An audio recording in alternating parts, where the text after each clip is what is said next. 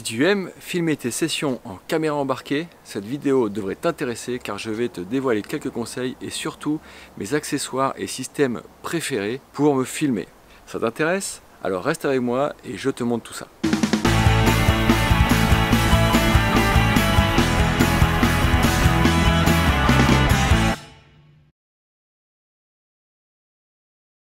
Bonjour à tous, me voilà de retour après quelques semaines de break et aujourd'hui je vais vous partager quelques-uns de mes tuyaux pour bien utiliser les caméras embarquées et ramener des images sympas de vos sorties sans mobiliser toute une équipe de tournage. Avant d'attaquer, je voudrais tous vous remercier pour votre assiduité à la chaîne. Cet été, la Watersport Zone a bien scoré, notamment grâce à vos commentaires et vos abonnements. Ainsi, je vais pouvoir continuer à diffuser plein de vidéos. Donc, si ce n'est pas déjà fait, n'hésitez plus et abonnez-vous et activez les notifications afin de rien rater de ce qui va venir. Vous pouvez aussi me suivre sur Instagram, je vous mets le lien en description. Je partage aussi sur mon compte quelques astuces et les coulisses des vidéos. Allez, finis la réclame et passons au vif du sujet pour capturer des images en caméra embarquée sur l'eau.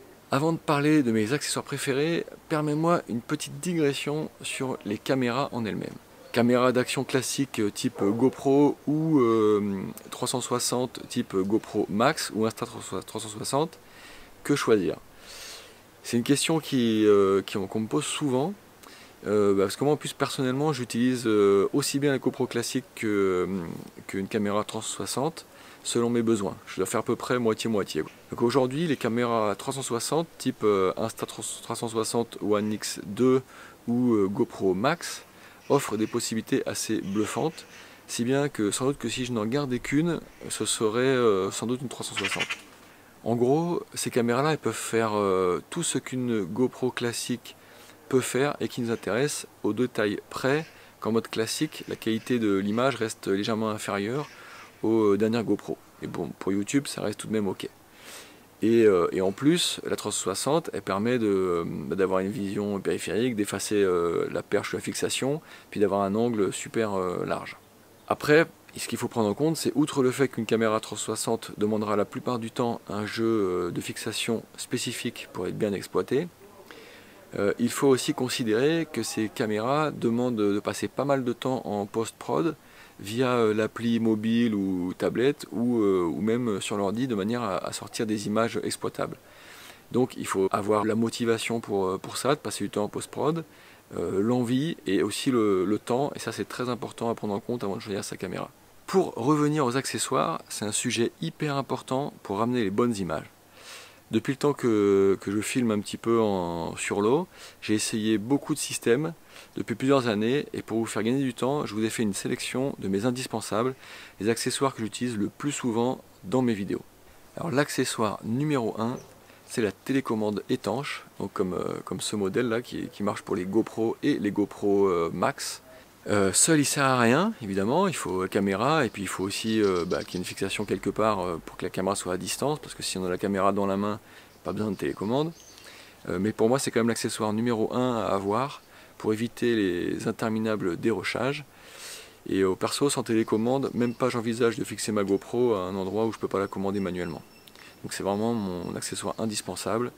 Alors je vous invite à y penser et vous verrez, vous ne regretterez pas. Alors l'accessoire numéro 2 que j'utilise de plus en plus, c'est le harness mount. Avec les GoPro classiques, j'étais pas fan des harness mount et de leur perche apparente.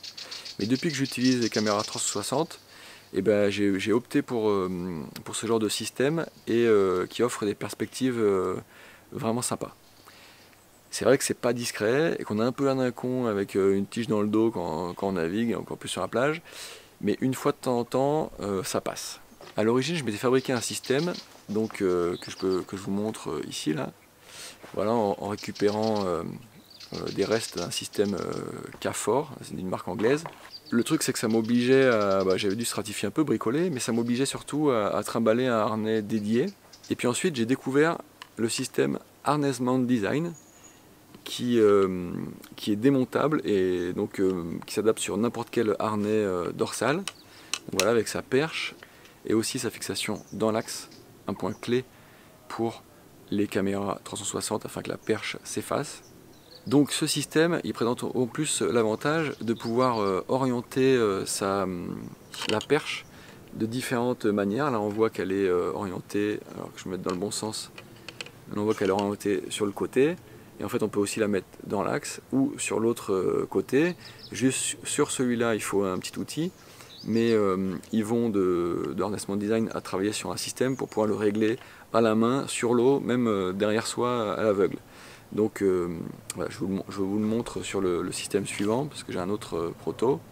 Ce système d'harness mount, même sur le harnais, il est utilisable aussi bien en windsurf, en kite, en wing. On peut même mettre son harnais en faisant du vélo ou du skate. Au final, ça fonctionne.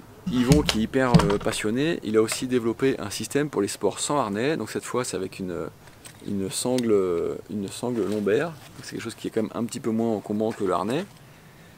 Et voilà, c'est là que je vous montre qu'il a développé le système avec une petite molette qui permet de faire basculer la perche, et ça on peut le faire dans son dos à l'aveugle, et ça fonctionne très bien.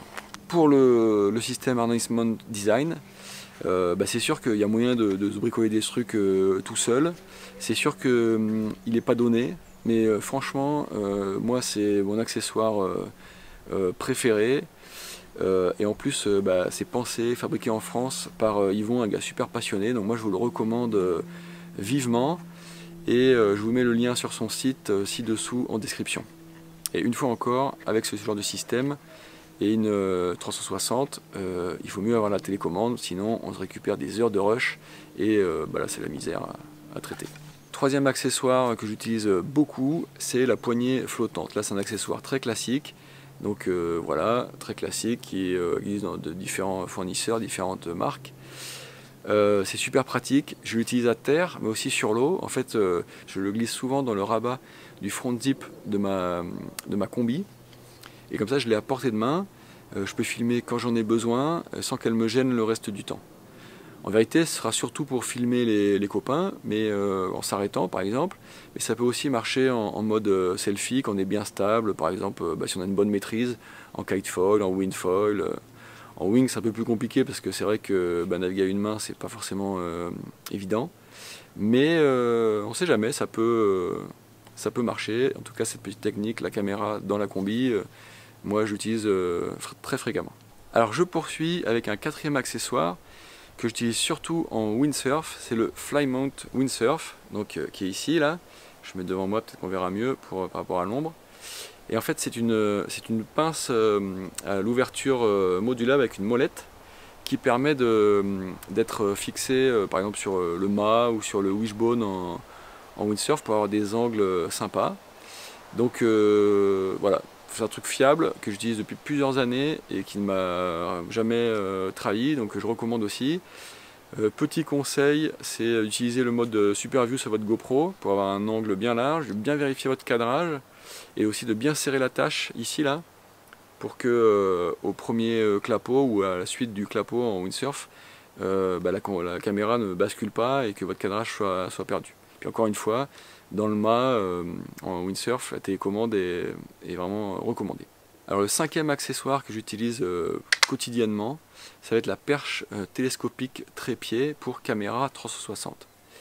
Donc pourquoi je précise pour caméra 360? Parce qu'il faut que sa fixation qui soit dans l'axe comme celle-là, et il ne faut pas que vous ayez une plateforme comme ça au bout, parce qu'en fait la plateforme, si vous l'avez au bout de votre perche, vous pourrez pas, elle ne sera pas dans l'angle mort, elle ne sera pas effacée, ça fera une grosse tache noire en premier plan. Donc la perche télescopique,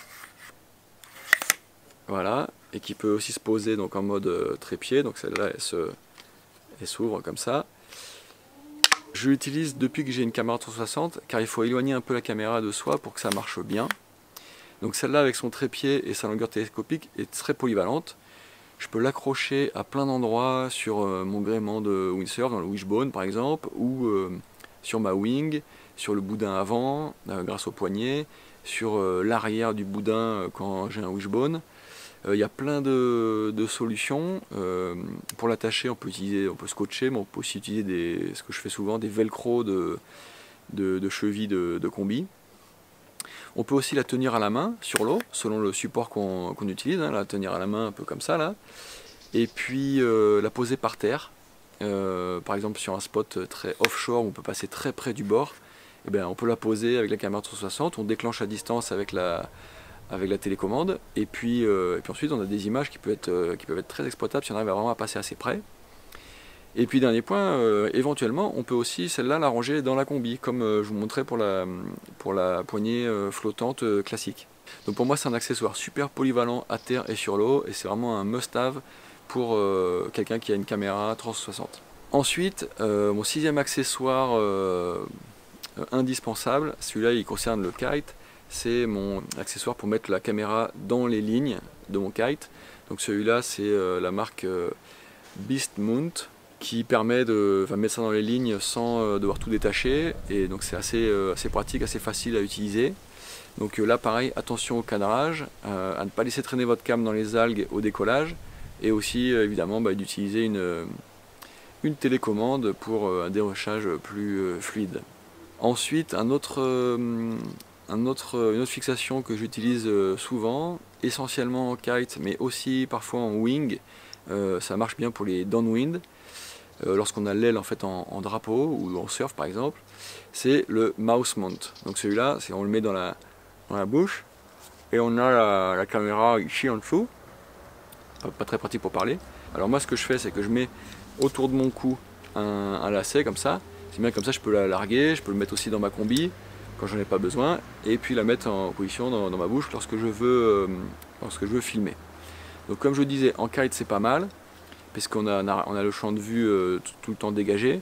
En windsurf, je m'y risquerai pas trop parce que j'ai pas tellement envie de me prendre le wishbone dans les dents avec ça dans la bouche, ni autre chose.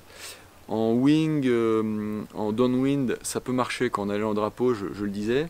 En surfoil d'ailleurs aussi ça peut bien marcher, mais en wing en ligne droite, ça c'est pourri parce qu'on a le bras devant en fait quand on navigue, on est comme ça, et du coup en fait on voit que le bras, donc là ça marche pas, c'est nul. J'arrive à mon dernier accessoire que j'utilise en GoPro. C'est le casque avec une fixation autocollante dessus, sur lequel on peut mettre la caméra. Moi perso, celui-là je l'utilise assez peu au final, donc ça peut être bien en wing avec une GoPro normale. En 360, je vois que beaucoup le font. Moi j'aime pas trop parce que en fait il y a un raccord de l'image qui est sur le casque que j'aime pas trop, ou alors il faudrait surélever la caméra, mais ensuite ça gêne pour les manœuvres. Donc le casque, voilà, c'est aussi une possibilité. Et puis ce qui soit dit en passant aussi, c'est en fait les fixations autocollantes 3M, ça colle super bien. On peut aussi en mettre sur les planches, à divers endroits. C'est relativement fiable, et ça m'arrive aussi d'utiliser ça, même si c'est pas les trucs que j'utilise le plus souvent. Allez, pour finir, je vais vous donner quelques conseils bonus pour l'utilisation des caméras 360 et GoPro classiques, en ayant les meilleures images possibles. Donc le conseil d'abord que je vais vous donner, c'est en fait le moins on mouille sa caméra, le mieux c'est, pour avant tout éviter les gouttes. Utilisez des liches aussi pour vos caméras, c'est trop bête de la perdre pour une photo, ou ça coûte pas grand chose de mettre des liches. Voilà, alors j'espère que ces conseils vous auront aidé. N'hésitez pas à partager votre expérience, à laisser un commentaire pour enrichir le débat. Je trouve que c'est une des forces de la chaîne là, d'avoir des commentaires constructifs sur la plupart des vidéos. Et puis merci de m'avoir suivi, et je vous souhaite des bonnes sessions et à très bientôt pour une nouvelle vidéo.